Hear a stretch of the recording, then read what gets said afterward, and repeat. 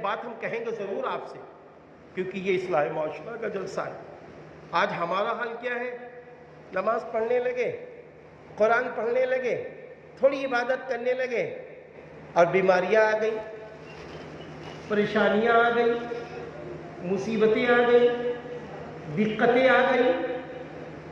شیطان نے سوچا موقع بہت اچھا ہے، کہا ہے نمازی بھائی تیری کیسی نماز؟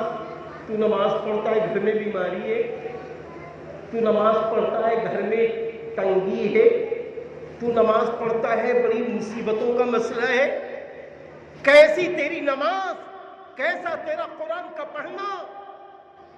اللہ معاف فرمائے، کہنا نہیں چاہیے کہ آج ہمارے اور آپ کے بیچ سے لوگ کبھی کبھی نمازی غائب ہو جاتے ہیں۔ جب نمازی غائب ہو جائیں تو کبھی کبھی اکیلے میں ملو کہ آپ نماز نہیں پڑھتے، تو یہ باتیں آپ کے سامنے آ جائیں گی، یار نماز پڑھتے تھے، بیماریاں پریشانیاں گھیری ہوئی ہیں، تو ایسی نماز سے معاذ اللہ کیا فائدہ؟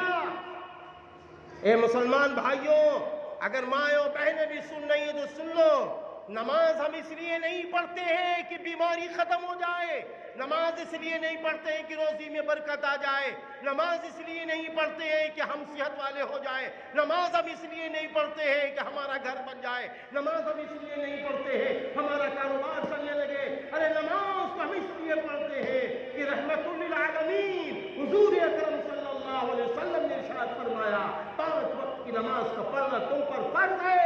نماز پڑھو گے تو اللہ سے گفتگو کرو گے، نماز پڑھنا اللہ کو پسند ہے، ہم اس لیے نماز پڑھتے ہیں، ہم اس لیے نماز پڑھتے ہیں۔